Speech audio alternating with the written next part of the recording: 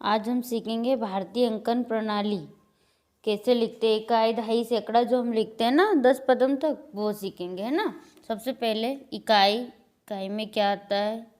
एक। इकाई में कोई जीरो नहीं आता, ओनली एक संख्या आती है, एक।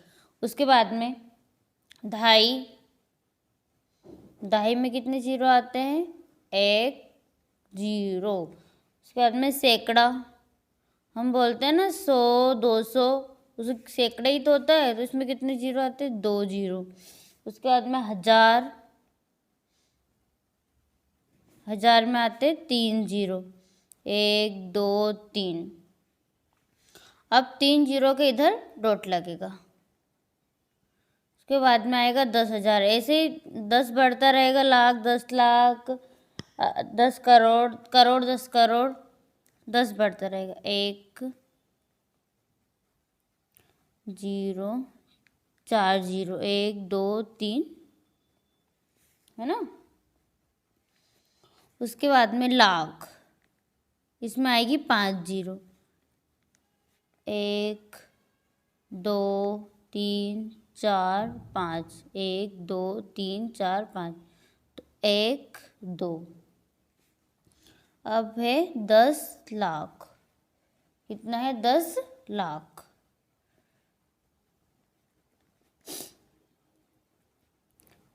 एक, दो, तीन, 4 5 6,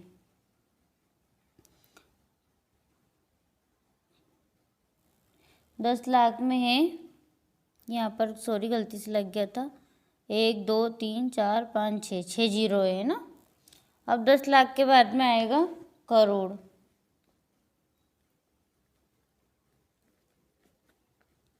1 2 3 4 5 6 7, इसमें कितने? 7,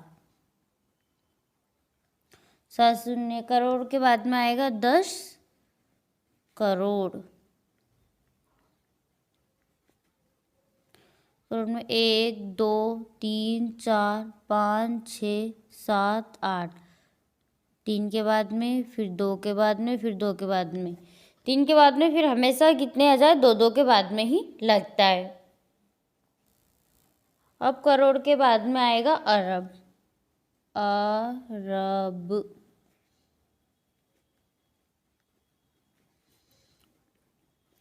1 2 3 4 5 6 7 8 9, में कितनी शून्य है?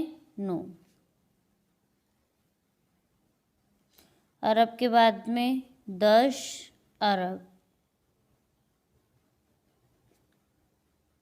1 2 3 4 5 6 7 8 9 10। 10 अरब में कितनी शून्य? 10। 3 के पहले डॉट, फिर कोमा, फिर कोमा, और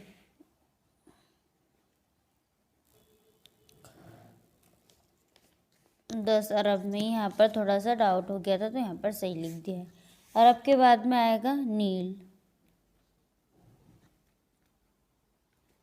1 2 3 4 5 6 7 8 9 10 11। पहले 10 थे, तो अब कितने शून्य होंगे? 11 शून्य। 3 के पीछे फिर 2, फिर 2, फिर 2, फिर 1 के पीछे तो लग गई। उसके बाद में आएगा 10 नील।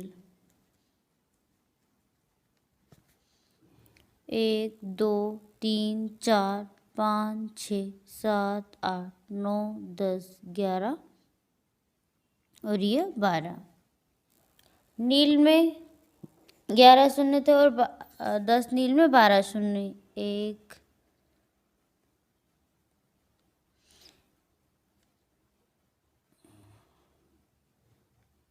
10 नील हो गया। उसके बाद में आएगा पदम। पदम 1 2 3 4 5 6 7 8 9 10 11 12 13, 2।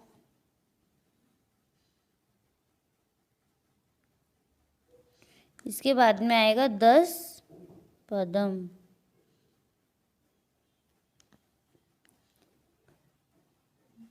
2 3 4 5 6 7 8 9 10 11 12।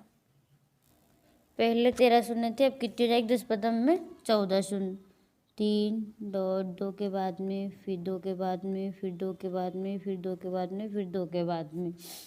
कमज़ोर बच्चों के लिए बहुत अच्छी भारतीय अंकन प्रणाली है ये।